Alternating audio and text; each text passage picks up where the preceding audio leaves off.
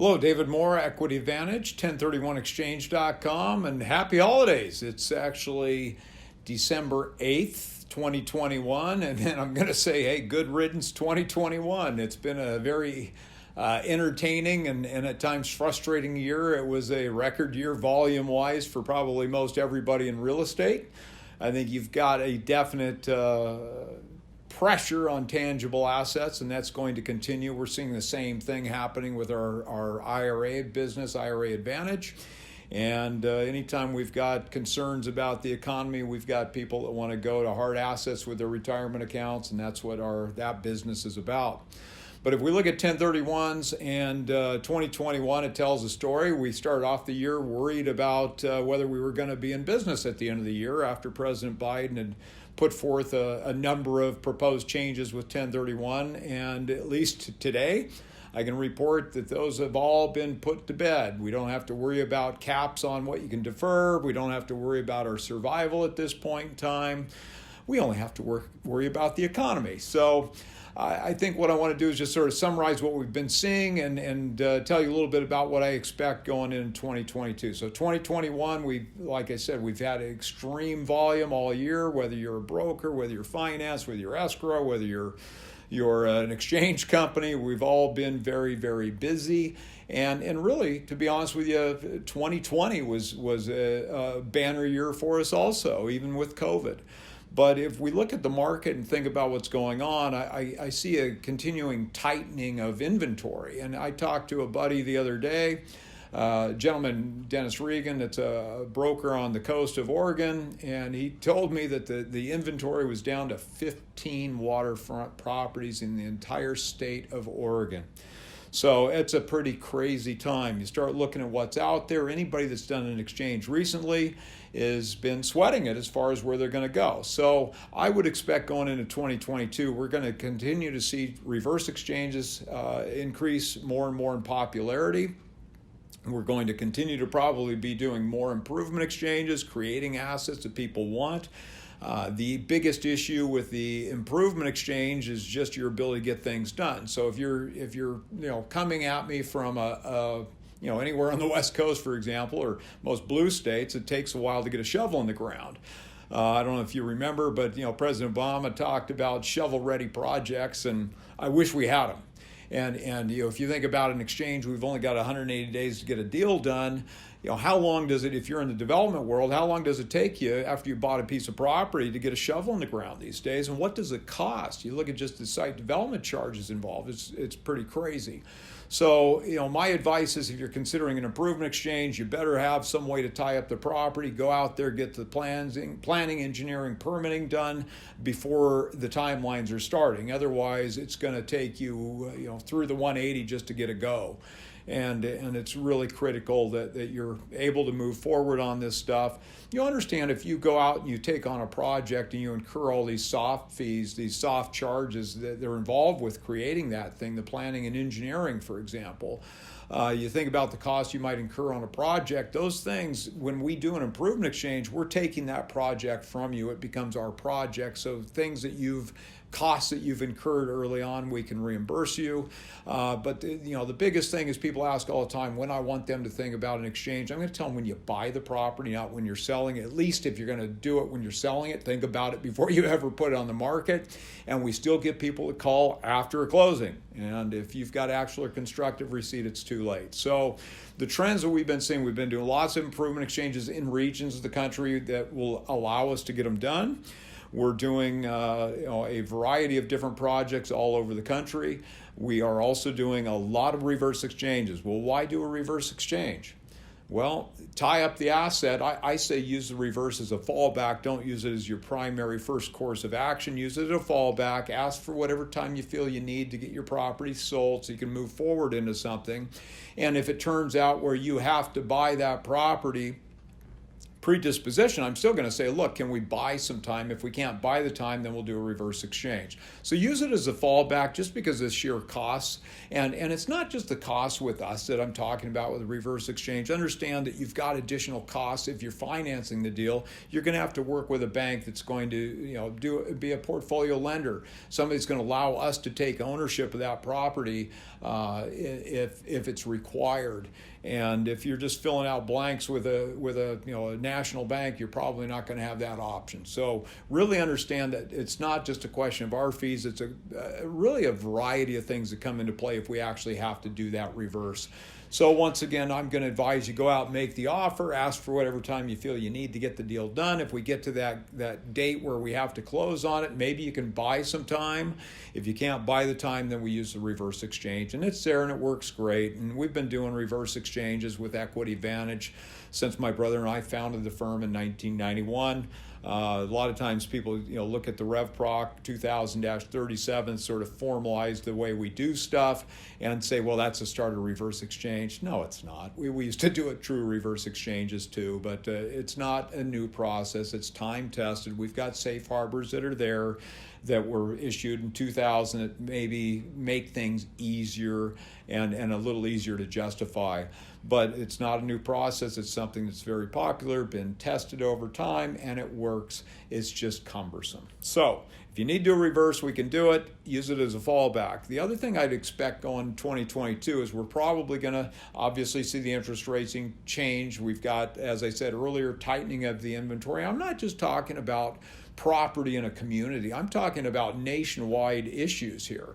And if you haven't seen, if you don't know what a DST, Delaware Statutory Trust is, we've got a number of clients that are using that vehicle, which historically might have been a place to go if you're tired of the terrible T's. You didn't want to deal with toilets, trash, tenants, and turnover. Or, let's say my mom has an investment property. She doesn't want to have to deal with tenants. So she would buy into a DST or an institutional TIC at a point where she no longer want to deal with that. Well, we're seeing a shift where DSTs are actually a place that people are going intentionally and not as a fallback. So, for example, and it's not just small transactions. We recently had a $30 million portfolio come in, and the investor actually intended to use it as a gap filler, so the residual funds not used in other projects would have gone into it. And ultimately, when the exchange was completed, all 30 million went into the DST space. So that's a new thing. But I need to tell you, DST sponsors are no different than you and me. I mean, they're having a hard time finding the assets too. So make sure, and if we're seeing a slowdown, if you do feel like, hey, the floor is going to fall out of this market at some point, no matter what you buy, be prepared for a dark day. And if you're looking at DST assets, you want to make sure you're working with a sponsor that's been through a hard time. And there's roughly a half dozen that were in business at the end of the last crash. Latest counts, I think we've got roughly 40 that are now in the business, probably increasing every day.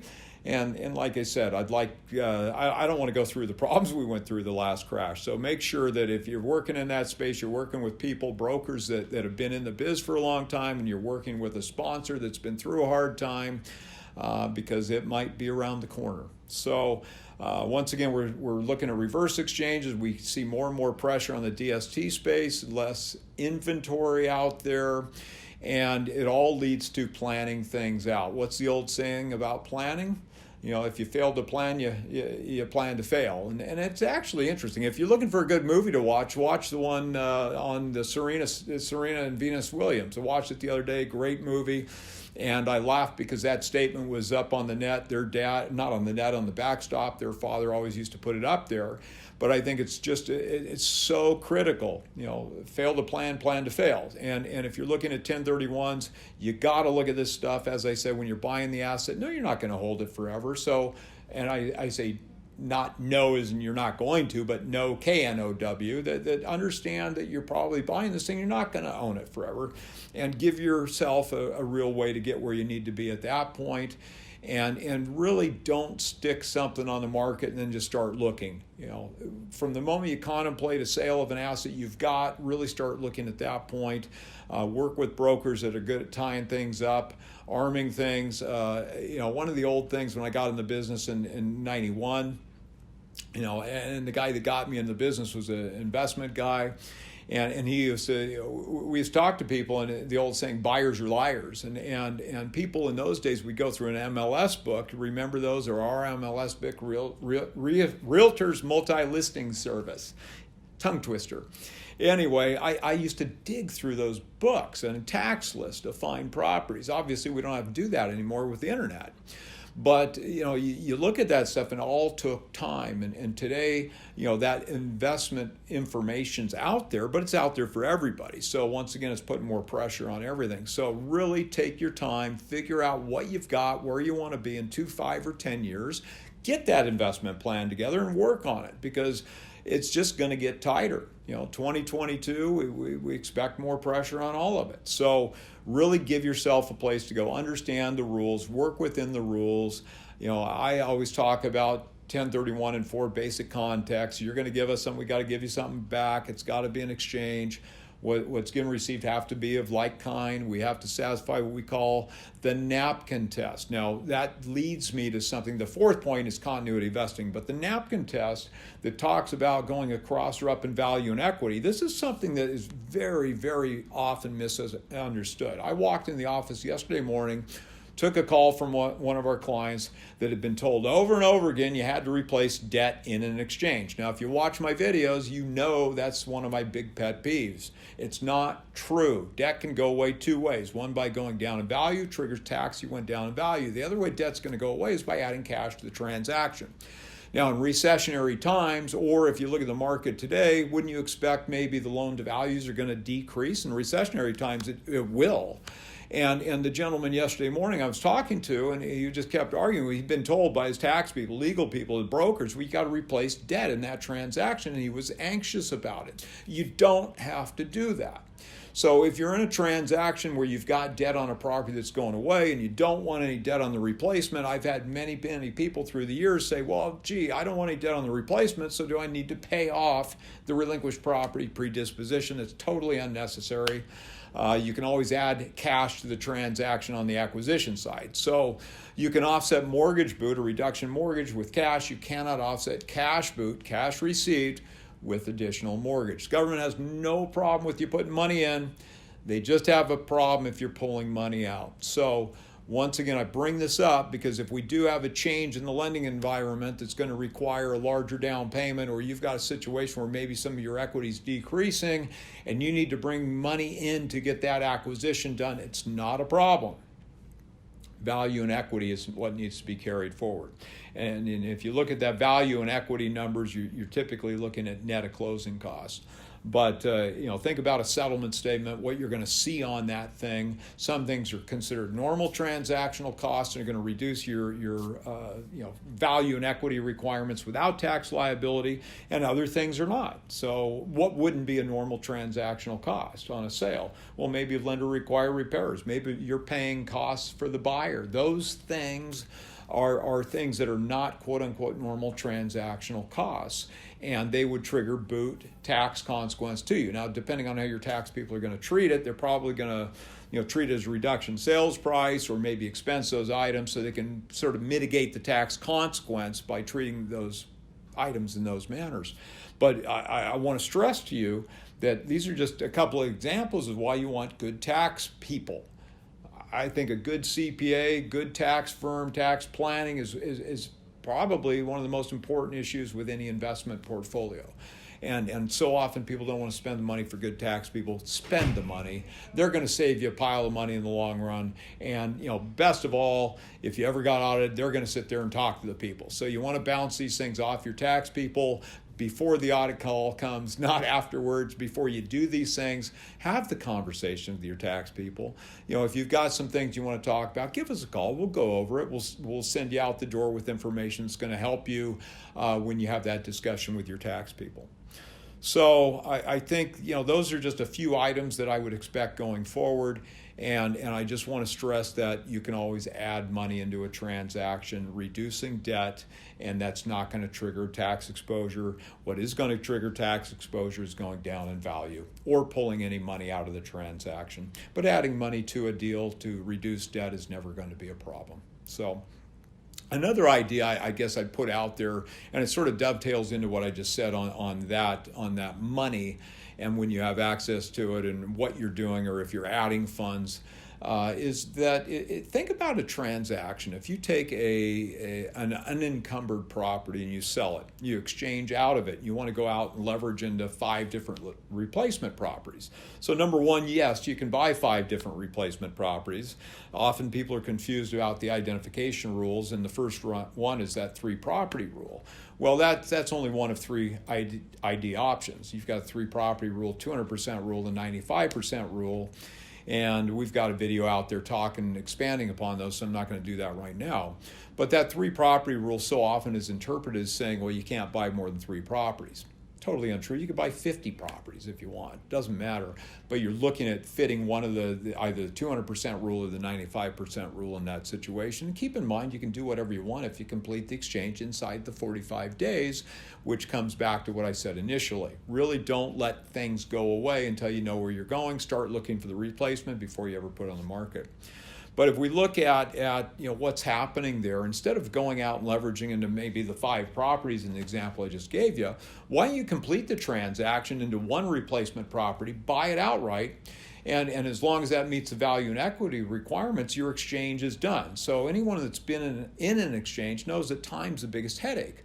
So you're done with that. The other thing is, I see terms like tax-free exchange or no tax exchange or this and that. It's not either one of those. It's tax-deferred exchange, all right? The only way you're going to get rid of it is, and fortunately with tax reform, one of the other items that's been kicked out and preserved is the stepped-up basis. So that was something we were very uncomfortable with it going away. But in today's world, you can still swap till you drop. So you exchange. You're kicking the tax liability down the road. You pass away, your heirs get a stepped up basis. They could sell the day they receive and have no tax, at least on the capital gains tax consequence side. So look at the estate planning side. The estate taxes are going to apply, but as far as capital gain on those assets, you could get rid of them entirely. But instead of taking that 1 property and leveraging it into 5 different properties, let's say, and having to work with the 200% rule, and maybe those 5 properties are well in excess of 200%, or having to deal with the 95% rule and having 1 sale fell that blows up your whole exchange, why don't you just complete the transaction 1-to-1, do a cash out refinance of that replacement property after you've closed it, talk to your tax people as far as how long they want to see. I don't want to see it as a closing and immediate refi, one action. I want to see a closing and some period of time between the close and that refinance. But when you do the cash out refi, then take that money and leverage into the additional assets. You've accomplished 2 things. You've got patient money instead of urgent money. So 1031 money's burned a hole in your pocket. That patient money, the refi money, you buy what you want when you want with it. So that's patient money. The other benefit of it is that in addition to eliminating the 1031 timelines, you've got a basis for each of those additional properties that's going to be the purchase price, instead of spreading that low basis off the relinquished property across everything you buy.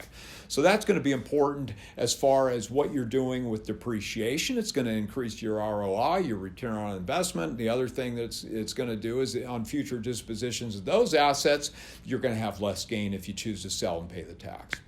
So, those are some things to look at. One other thing I'd look at going forward is people are looking for end games. Maybe you're looking for a way out. One of the other things that was saved in tax reform, Biden's tax reform, we were looking at a situation where distributions from LLCs would have been taxed. They would have gone mark to market, just like an S or a C corp. When you're kicking things out of those, just a distribution of an asset from S or C is going to destroy any benefit of an exchange for that person receiving the distribution.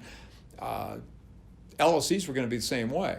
So one of my favorite things with respect to end games is an UPREIT. So if somebody calls them and says, "Hey, I want to go exchange into this REIT," well, you can't do it. You can get there ultimately, and it's through something called an UPREIT. You're buying an asset that's absorbed by the REIT, and then you ultimately end up with shares of that REIT.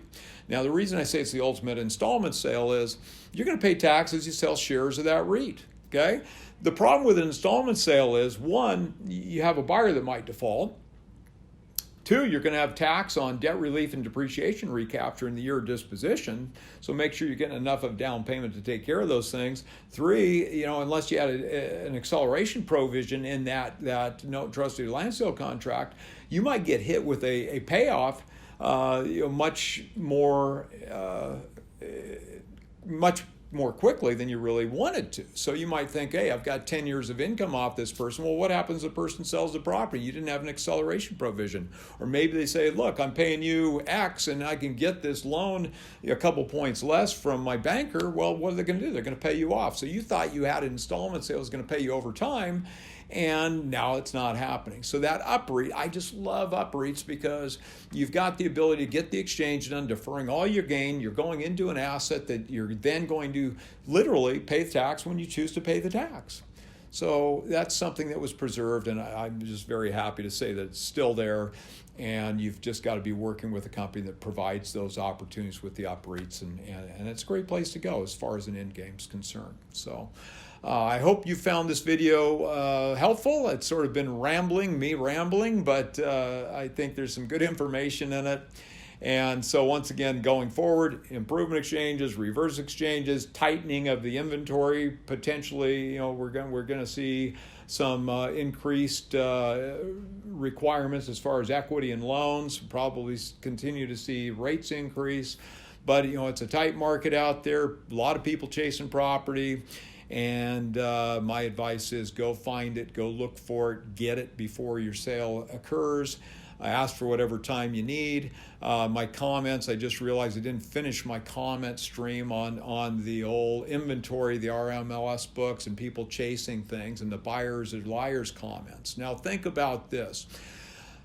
If you are a broker and you've got somebody you're working with in an exchange buying things and you're a buyer's broker, you don't want people to know what's been ID'd and where you are in the 45-180. If you're an investor and you're making offers, you don't want that information out. If you're sitting there fighting over a $5,000 item on a purchase that you've got in an exchange, and the seller knows that you're outside the 45 and their property is the only one that's been identified, $5,000 means nothing if you're looking at a $50,000 tax hit or a $100,000 tax hit or $1 million tax hit. So you're really handing the keys to that transaction to the other party if you're getting that information out. Now, the statement buyers are liars, if you've got somebody making an offer off the street, if I go back to the days when I got started in the business, people were scared of 1031. If you're a seller, you didn't know anything about 1031, you thought, whoa, what's this, an exchange? I don't want to do it. Or maybe you're the listing broker and you don't know what it is. It was something that scared people. And in the old RMLS books, you'd sit there and special terms, condition of sale, you'd see 1031 in there. Well, those books are gone. Now you might see it in the system. But 1031 is not something to be afraid of. If you've got an offer, if you're listing a property and you've got an offer with a 1031 client versus somebody that's walking off the street making offers, the person walking off the street is not motivated necessarily to get that asset. They might really want it, but there's no problem for it if they walk away. The 1031 buyer, on the other hand, it's possible they have to get the deal done. So if you're looking at a strong buyer, depending on where they are in the 45-180, that buyer in the 1031 is going to be a much more motivated buyer than somebody that's coming off the street. So that's just another one of those sort of fallacies that's out there. Don't be afraid of the 1031, just to understand it and embrace it, work with it. So once again, David Moore, Equity Advantage, 1031exchange.com. Happy holidays to everybody out there. Best of health to everyone. And I'm looking forward to a wonderful 2022, good riddance 2021, and looking forward to hear from you. If you've got questions on things, don't hesitate to reach out. If you've got an idea for a video, something you'd like to know more about, please don't hesitate to reach out. You can get that information to Celia Moore, Moore, at 1031exchange.com. And I look forward to working with you soon. Take care. Happy holidays. Best of health. Bye-bye.